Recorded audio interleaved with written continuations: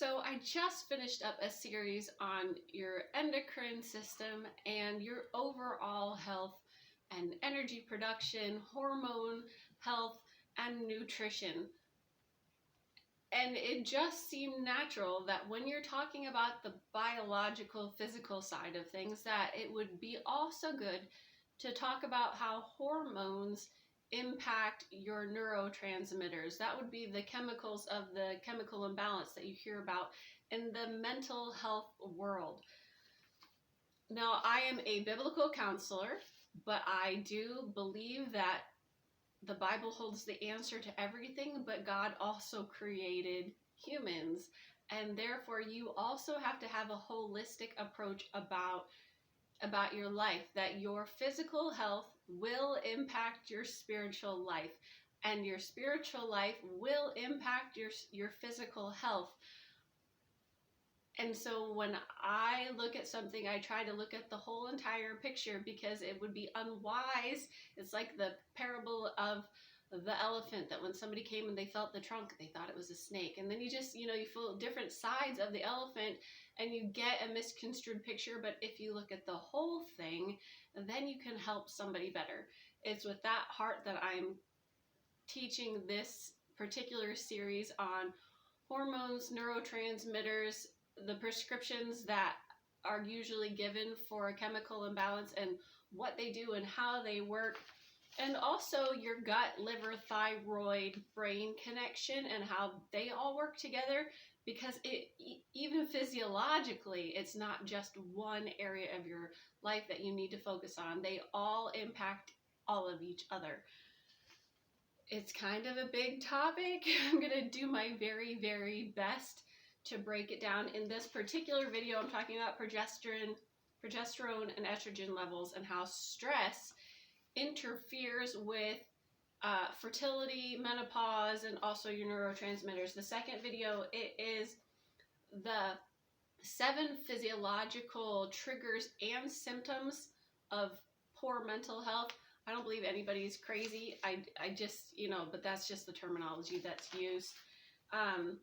Video number 3 is serotonin, dopamine, neuroepinephrine, and GABA explained, because those are the chemicals. I'm going to explain what they do and why they work, how they're supposed to work in your body, and things that can cause them to become depleted or be in excess in your system. The 4th one, how antidepressant, anxiety, psychotic prescriptions work. The 5th one is the gut side, mostly your digestion and how that interacts with your hormones, excess, imbalance. And then the last one is really a focus on specifically how the liver works in all of this, because the liver is probably it's hugely important when it comes to this topic of neurotransmitters and hormone health.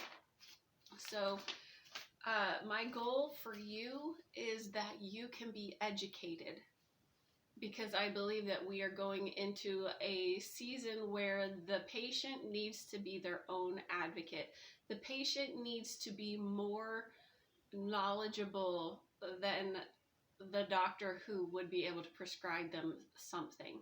I want you to I want you to look at your own health with confidence instead of fear and mystery, because it's not, sometimes people think of a psychiatrist or a psychologist or a counselor, somebody who has this, this innate sense of who a person is and the dark side of things. But it's not. It is a study. It is a science. It is something that you learn, but it's something that you can learn. So just have confidence in that you can learn how this works and you can manage it well without the interference or need for somebody else to help you, unless you must absolutely have a prescription. Then you need a medical doctor. This is not medical advice. This is not meant for you to go off of any prescriptions that you're on. Please do talk to your doctor.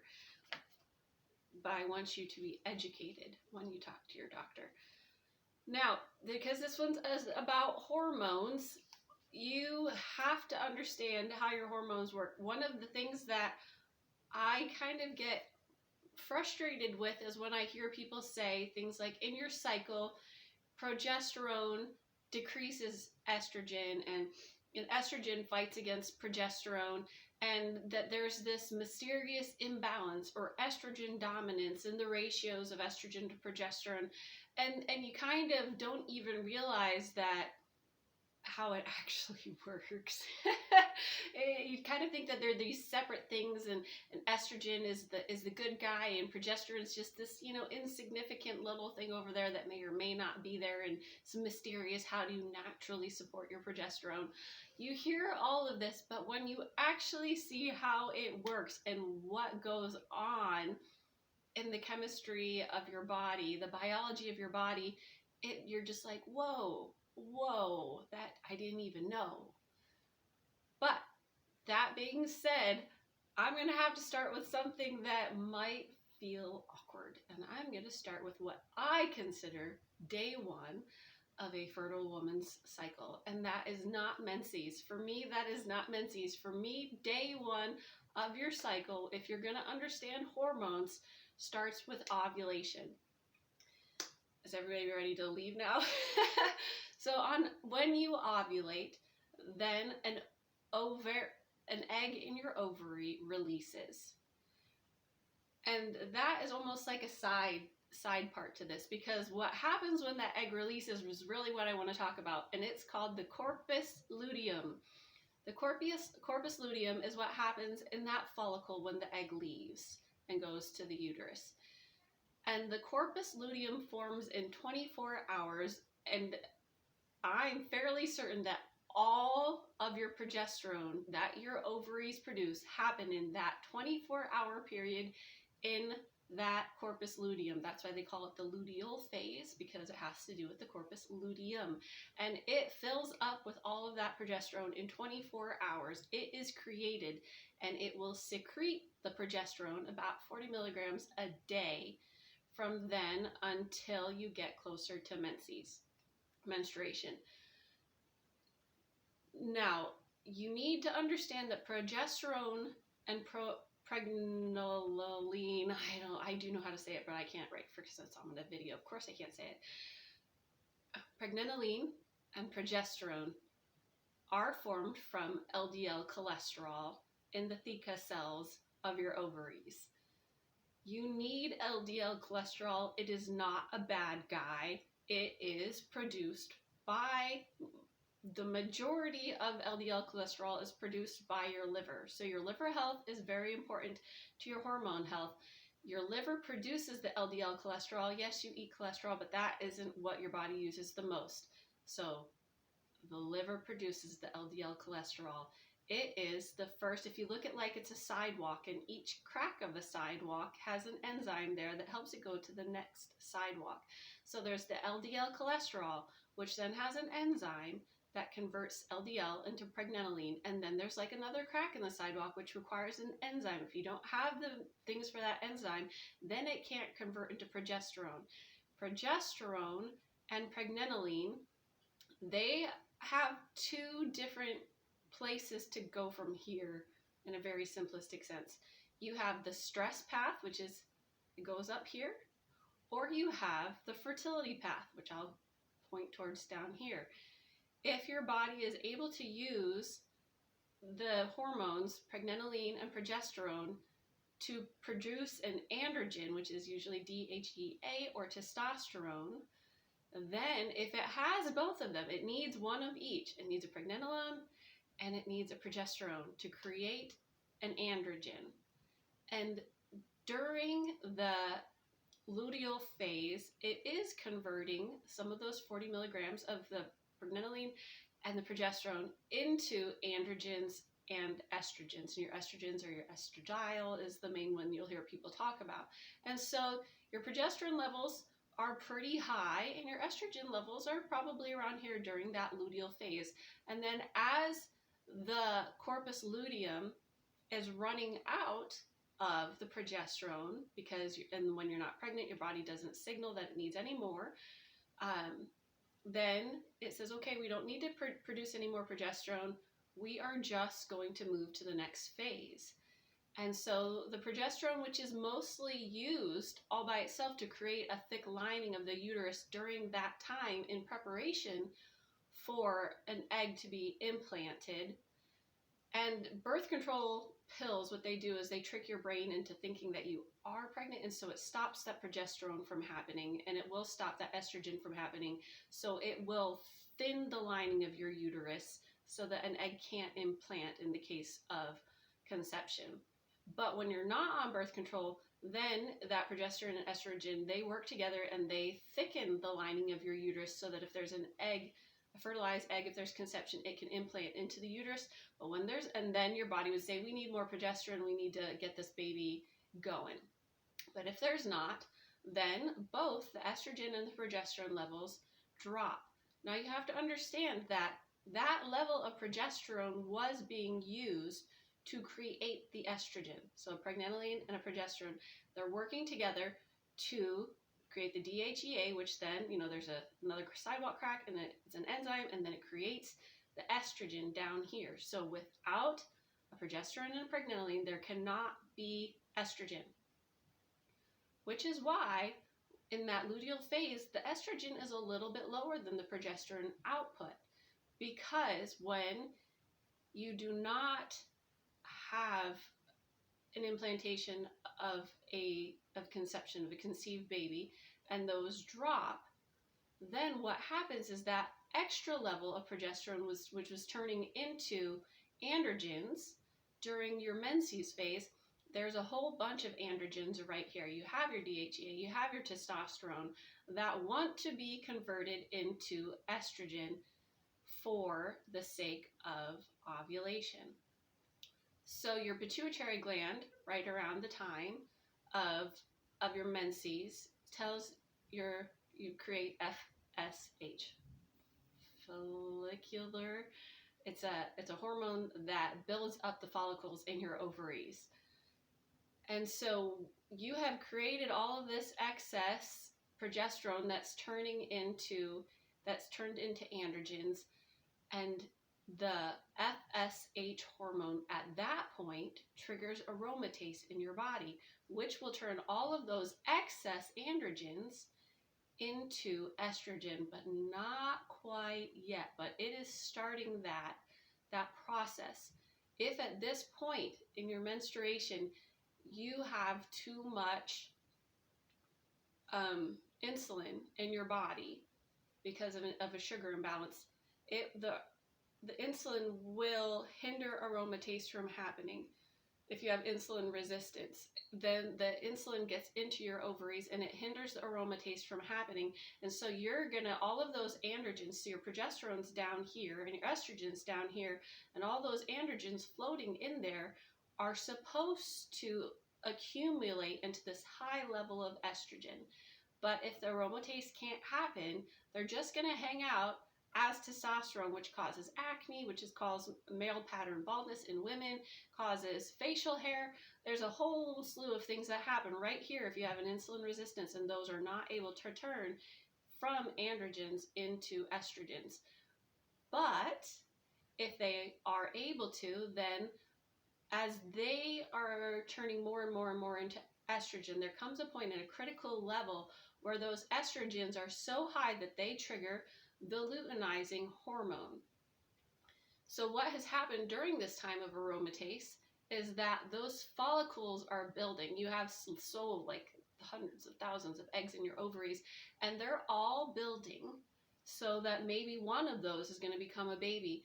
But around day 7, that follicular stimulating hormone, the FSH, it drops around day 7.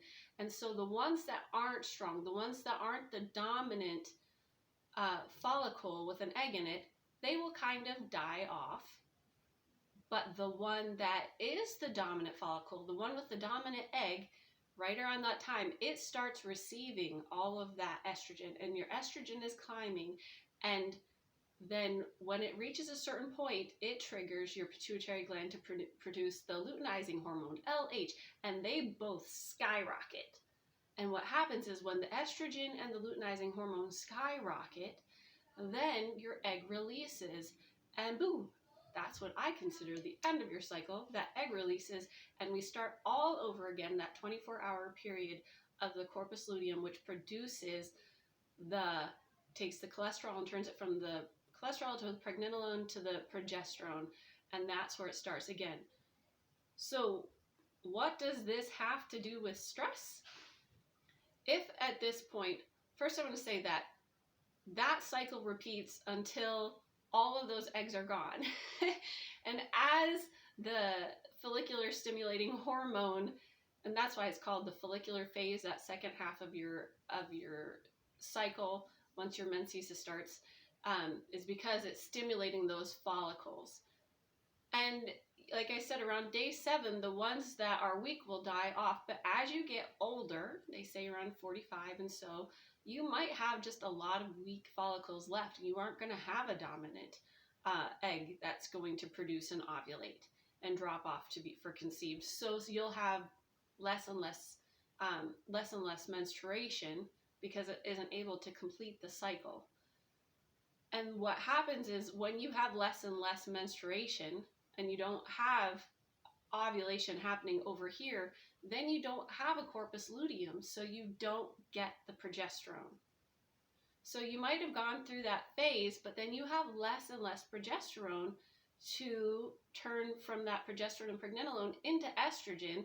And if you have less progesterone, which means you have less estrogen, which means that when you come over here trying to reach that critical mass so that the luteinizing hormone will happen, it becomes kind of hit and miss. And so then your body has to draw on other reserves to make that happen.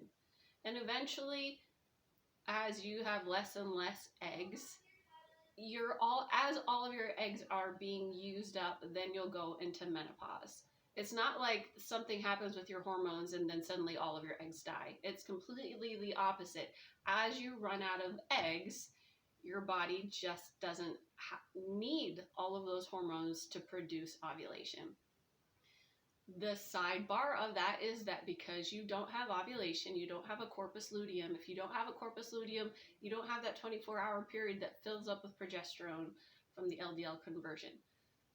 Now, earlier I said that there's 2 different paths. You have the hormonal fertility path with the pregnenolone and progesterone, and then you have the stress path, because pregnenolone, and then you have the sidewalk with the enzyme, turns into progesterone, and then that will work its way to, I think that there's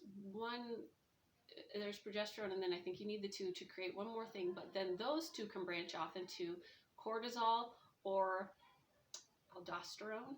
See, now I'm going from memory. I totally haven't even looked at my notes at all. Yes, it is aldosterone. I have found it right there. Aldosterone and cortisol. Now, if the progesterone is going to turn into aldosterone or cortisone, it's really important to understand that I keep talking about the cracks in the sidewalks, that there has to be an enzyme to move to the next hormone. In that stress path, those are mitochondrial enzymes. And if you listen to my very, very, very first video about all of this mineral imbalance, adrenal fatigue, mitochondria is the powerhouse of a cell, and it requires oxygen and it requires sugar. And to get the oxygen activated and get the oxygen to the mitochondria, you need ceruloplasmin, which is copper and retinol. That's an important foundational thing to understand even through all of the rest of this video season.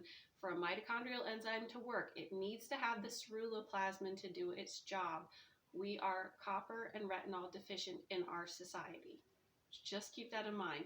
So it has to have a mitochondrial enzyme for the progesterone to turn into the hormones for cortisol and aldosterone.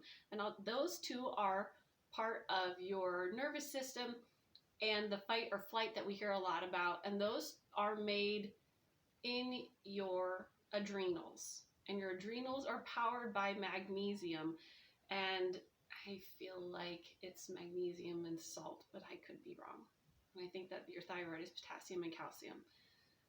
I think that's what it is. But I know for sure your adrenals need magnesium to do their job. So you need good mitochondrial health and enzyme health, and you need the magnesium for your adrenals to create cortisol and aldosterone. And they have a whole story all of their own, but the cortisol controls the sugar levels in your blood. Aldosterone controls the salt levels in your blood. So if you're under chronic stress, you're going to have high blood sugar and you're going to have high blood pressure. So then just understand that's what causes those two things. If you're chronically stressed, you're going to have high blood sugar and high blood pressure because aldosterone and cortisol are pumping through your system and they're not stopping. But what does that have to do with your fertility health and your mental health? It's the fact that you only have a limited supply of progesterone. It comes from LDL cholesterol. You do need LDL cholesterol. It's not a bad cholesterol. It's not. It's insanely important for your hormones. And your liver health is insanely important. So you have the LDL cholesterol, your adrenals, which are right on top of your kidneys, your adrenal glands produce, I think it's like 30 milligrams a day of progesterone. It's a little bit, it might be 30 to 40. But they produce a certain amount every day because your body is going to be under stress. It doesn't produce as much as that corpus luteum does. So ideally you're living your life according to biblical principles. And so that side of your life, the stress isn't chronic. Ideally, you're taking care of your mitochondrial health and your sugar balance and all of the minerals that you need to keep your body healthy, like I talked about in the first video series. And that way your body isn't under biological oxidative stress all of the time. So if you can take care of the oxidative stress that's due to malnourishment and immoderation and sugar balance and carb pairing, if you can take care of that, then that's not a chronic stress. And if you can take care of the biblical spiritual side of things in your nervous system, then you're not under that kind of chronic stress. And then that level of your adrenals working is fine. It can deal with that acute, immediate stresses of, oh, I have a big business meeting coming up, or I have a performance that I have to do, or, oh, somebody just dropped something. And so those just triggers. Ideally, your adrenals are able to take care of that. But when you're under chronic stress and you have chronic, not only your adrenals also produce norepinephrine, which I'll talk about later. So you have these three major stress hormones. You have the norepinephrine, which is adrenaline, and I'm just going to call it norepinephrine, and it also has epinephrine, and they do two different things. But norepinephrine, aldosterone, and cortisol, and those three things are all made up by your adrenals. But those two that require the progesterone, if you have used up your progesterone resources, it's going to borrow from your ovaries. And you need all that progesterone from your ovaries because your progesterone is going to help produce the estrogen, which then causes the ovulation. So the big takeaway from this is that to have enough resources to do your daily acute stress, which means short-term stresses, you need to get rid of those chronic stresses that I talked about in that other video series. And if you can't get rid of the chronic stresses, then your adrenals not only usually are becoming depleted of magnesium, but they're also going to draw on the progesterone resources of your ovaries. So that is how those work together. Let me just, because I didn't read any of these, how do they impact our neurochemicals? So progesterone, in the big picture, they would call it more of the calming agent because it helps support the synaptic neuron process, the connectors of GABA. And I'm going to talk about that. I think it's in the fourth video, maybe the third video of this. But GABA is a calming agent of your body. And estrogen, they call it's more of a stimulative, excitatory hormone, which is great because it does need to reach that peak supply. You need the extra energy. You need the extra focus of your body to support a conceived egg that has just released. It's there on purpose. So your hormones they go in waves, and those waves, when they happen and where they happen, are finely tuned by God, and they are important. But when your progesterone is going, It's supporting a calmness on purpose. And when your estrogen is higher, and it is kind of interrelated with serotonin, and those are both awakening hormones and neurotransmitters. So that's probably, if you understand that that's how it works. One, the progesterone helps a more calming mindset because it impacts the synapses of GABA. And estrogen impacts serotonin, which is more in the awake cycle. If you don't have enough progesterone, it can't support GABA, and it also cannot become the estrogen, which supports the serotonin process. They're all important. They all have their jobs, but you don't normally see one.